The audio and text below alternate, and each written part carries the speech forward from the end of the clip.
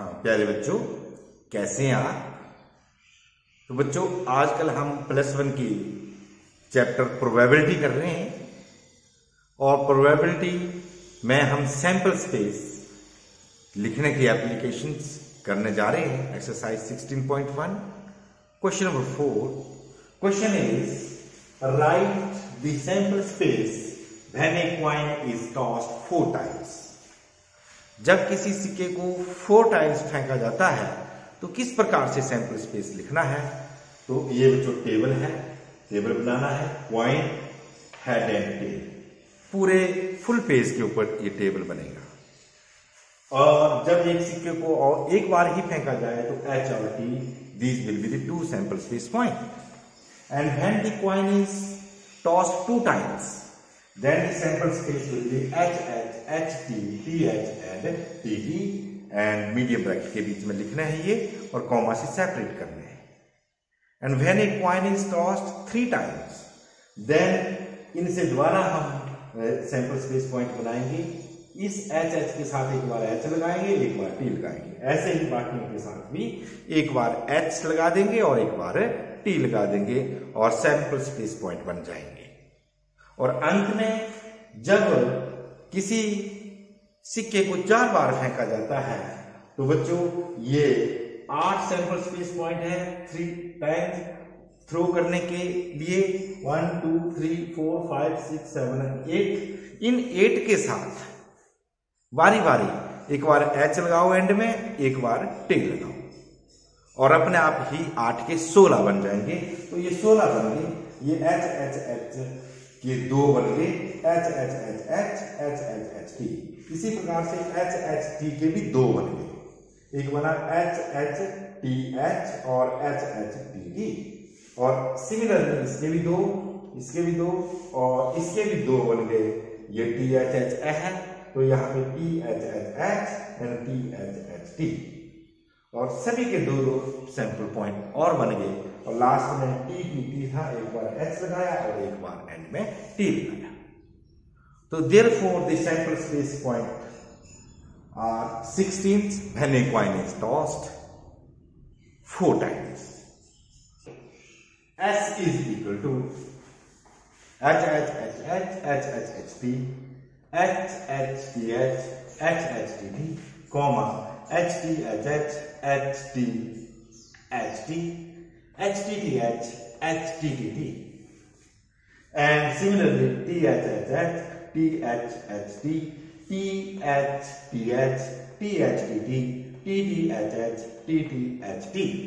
and at last T and T 4 times T and medium bracket close. This is the sample space when a coin is tossed 4 times. So here n of s, number of the sample space point, is equal to 2 raised to power 4 is equal to 16 and इनको count करेंगे तो बच्चों हमारे पास 16 ही sample space point आएंगे। That's all.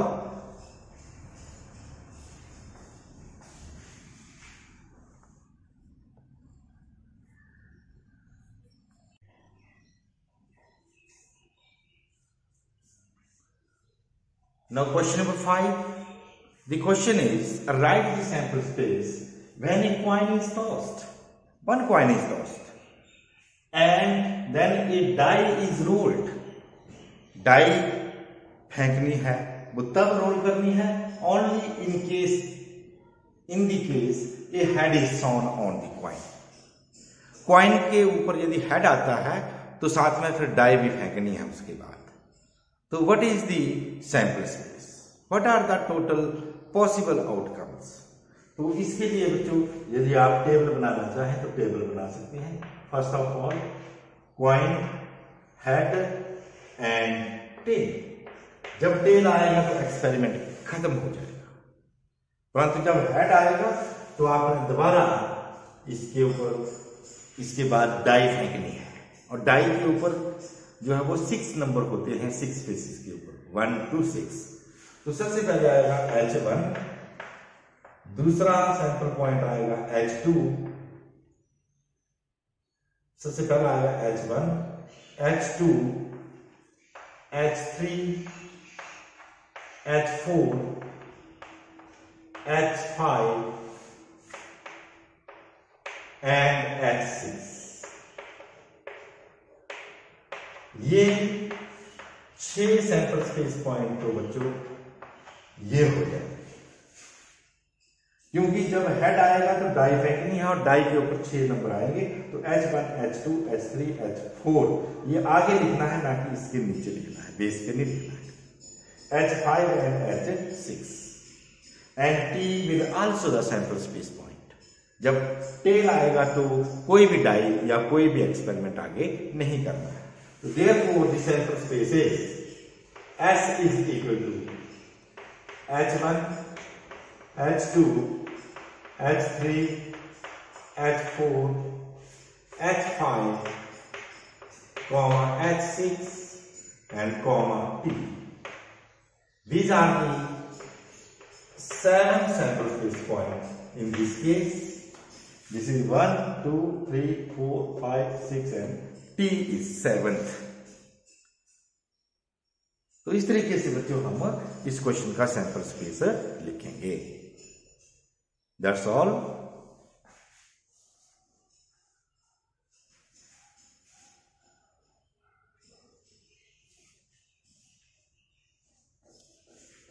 Now exercise 16.2, question number 1। The question is, a die is rolled and E is the event that the die shows number 4 and F is the event that the die shows even numbers। Are E and F mutually exclusive? तो mutually exclusive events क्या होते हैं? Two events are said to be mutually exclusive if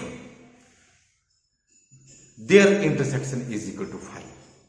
So in this case, according to the question, when a die is thrown,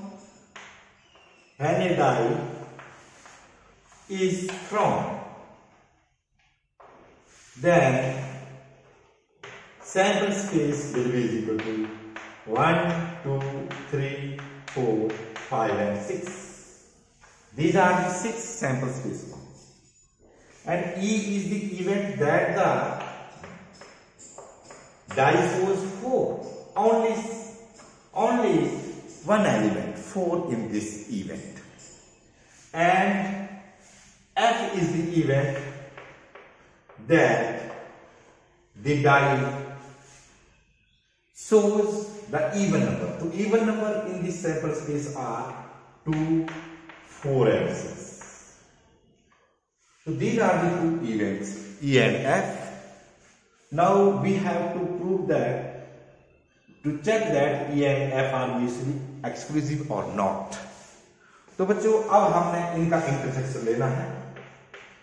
E intersection F is equal to singleton set 4, because 4 is the element which lies in both E and F, and that is not equal to 5।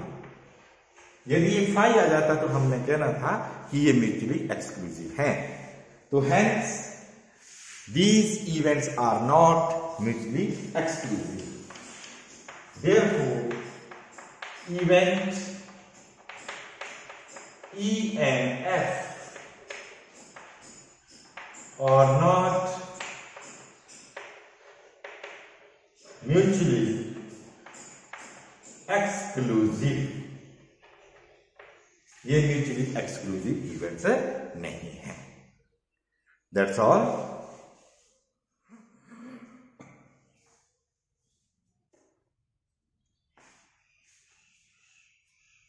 Now question number 2, exercise 16.2। A die is thrown, then describe the following events। 6 events describe करनी है, साथ साथ लिखा है।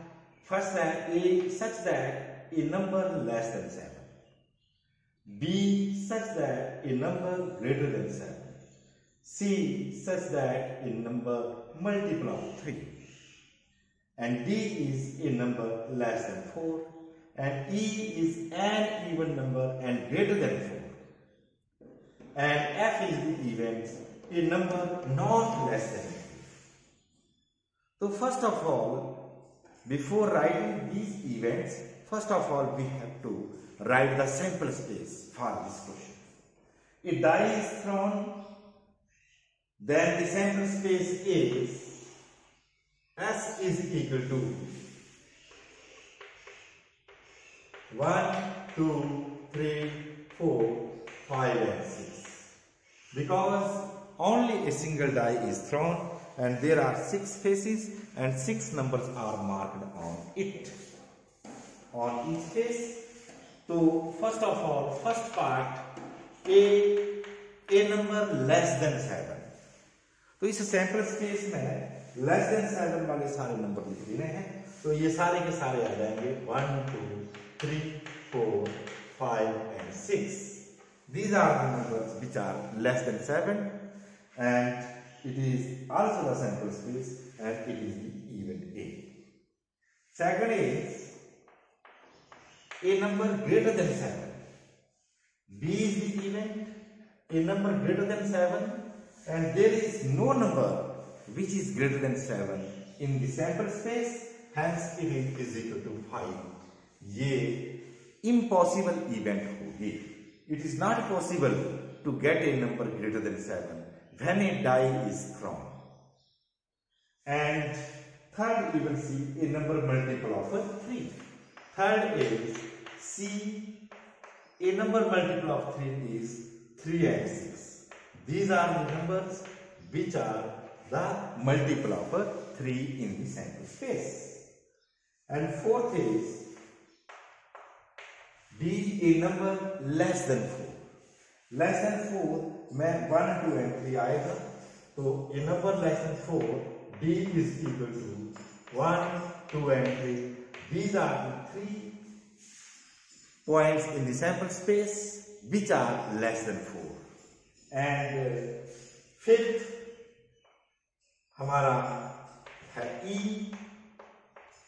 an even number greater than 4. 4 से बड़ा, जो greater than 4 से बड़ा जो है वो एक ही even number है and which is greater than 4 as well as a even number.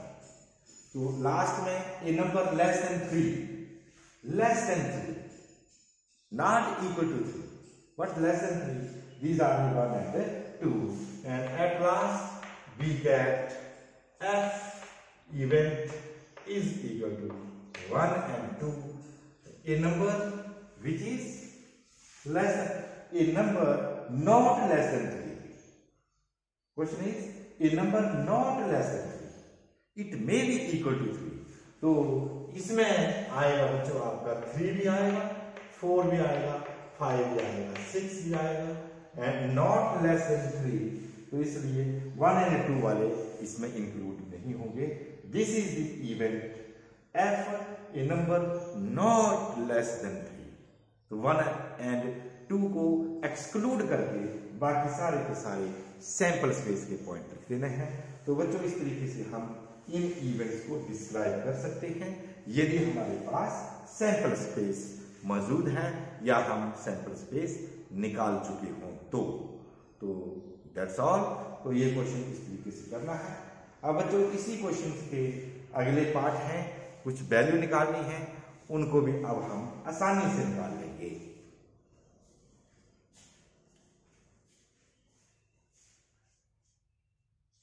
अब बच्चों हमारे पास A, B, C, D, E and F roster form में आ चुके हैं सारी की सारी इवेंट्स. अब हमने ये कुछ टर्म्स यहां से एक्सप्लेन करनी है. तो इसलिए पूछा गया है फाइंड A यूनियन B. तो ये उसी तरीके से करेंगे जिस तरीके से हम सेट का यूनियन निकालते हैं. तो A की वैल्यू है 1, 2, 3, 4, 5 and 6 एंड यूनियन B की वैल्यू है 5. तो किसी भी सेट में यदि 5 को यूनियन लिया जाए तो वो ही सेट रहता है. That is equal to 1, 2, 3, 4, 5 and 6.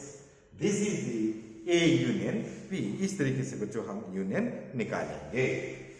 Second is A intersection B is equal to 1 2 3 4 5 and 6, and intersection B, value of B is again 5, and there is no element which is common between these two. Intersection में common element लिए जाते हैं, तो that is again equal to 5 because there is no common element in the set A and in the set B. And third is B union C. तो B की value हमारे पास 5 है और यूनियन C की वैल्यू हमारे पास 3 and 6 है। तो बच्चों यूनियन लेते समय हमने फर्स्ट के भी एलिमेंट लिखने हैं, सेकंड के भी एलिमेंट लिखने होते हैं और कॉमन एलिमेंट एक बार ही लिखने होते हैं। तो फर्स्ट में कोई एलिमेंट नहीं है, ये तो लिखे नहीं जाएंगे, है ही नहीं, और इसमें दो एलिमेंट है 3 and 6। तो this is the value of B union C। अब इसके बाद निकालना है E intersection F। E intersection F, value of E is singleton set 6 and intersection F में है 3 4 5 and 6, और इसका जब इंटरसेक्शन लेंगे तो एक एलिमेंट है जो कि दोनों में ही कॉमन है और वो है 6। तो this is the value of E intersection F। And फिर लास्ट में हमने वैल्यू निकालनी है D intersection F। D intersection F की वैल्यू निकालेंगे बच्चों हम, तो D intersection F will be is equal to D is 1 2 and 3 and F is 3 4 5 and 6. These are the elements in the set F and D के element हो जाएंगे 1 2 and 3। तो इनका इंटरसेक्शन जब हम देंगे तो इनमें कॉमन एलिमेंट्स केवल 3 ही है, तो is equal to singleton set 3। This is the value of D intersection F। अब हम वैल्यू निकालेंगे A माइनस C। तो डिफरेंस ऑफ टू सेट्स कैसे निकालते हैं बच्चों, ये हम सीखने जा रहे हैं।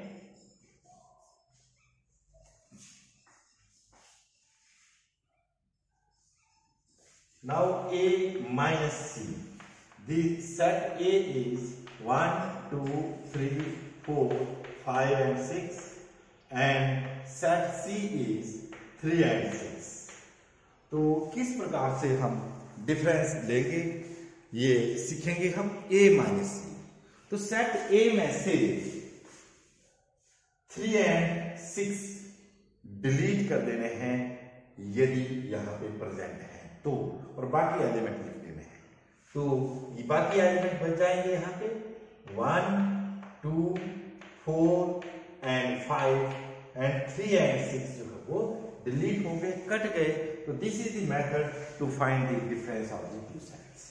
A minus C is equal to X such that X belongs to A and X does not belongs to B. This is the procedure and this is A minus C. Now D minus E. D minus E, value of D is 1 2 and 3 and set E is singleton sets. 6 is the only element in the set E. Now D minus E, D में से केवल and केवल वही element cut होने हैं जो यहाँ पे प्रेजेंट है, यदि यहाँ पे प्रेजेंट है तो 1 2 and 3 ये तो यहाँ पे लिखे ही जाएंगे 1 2 and 3। तो 6 यहाँ पे है ही नहीं तो नहीं कटेगा, एज इट इज ये 1 2 and 3 ही आएगा। This is the value of D minus E because ये X belongs to D but it does not belongs to E। E में नहीं होना चाहिए ये एलिमेंट्स, तो ये 1 2 and 3 D में है परंतु E में प्रेजेंट नहीं है। तो इस तरीके से जो D minus E की वैल्यू निकाली जाती है। अब वैल्यू निकालेंगे E intersection F। E intersection F dash की वैल्यू। तो सबसे पहले तो बच्चों हम इसे निकालने के लिए सबसे पहले तो हम F डैश निकालेंगे, कंप्लीमेंट ऑफ ए सेट। तो एफ डैश निकालने का तरीका ये है, because F dash is equal to sample space S minus F. तो एस के एलिमेंट हैं 1 2 3 4 5 एंड 6 एंड एफ के एलिमेंट हैं हमारे पास 3 4 5 एंड 6। जब इस एस में से सेट एफ घटाएंगे तो यहां से 3 4 5 एंड 6 कट जाएंगे और ये वैल्यू बच जाएगी only 1 and 2। These are the two sets which belongs to F dash. F dash के एलिमेंट आ जाएंगे 1 एंड 2। अब बच्चों हम ई इंटरसेक्शन एफ डैश निकाल लेंगे। तो therefore E intersection F dash is equal to set E is, E के एलिमेंट है only singleton set 6 and intersection F के हैं 1 and 2 on these two elements and there is no common element between E and F dash, hence its answer is 5. So this is the value of E intersection F dash.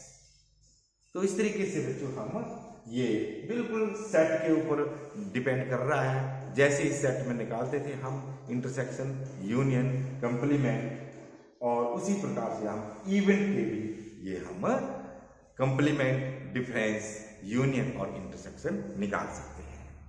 That's all.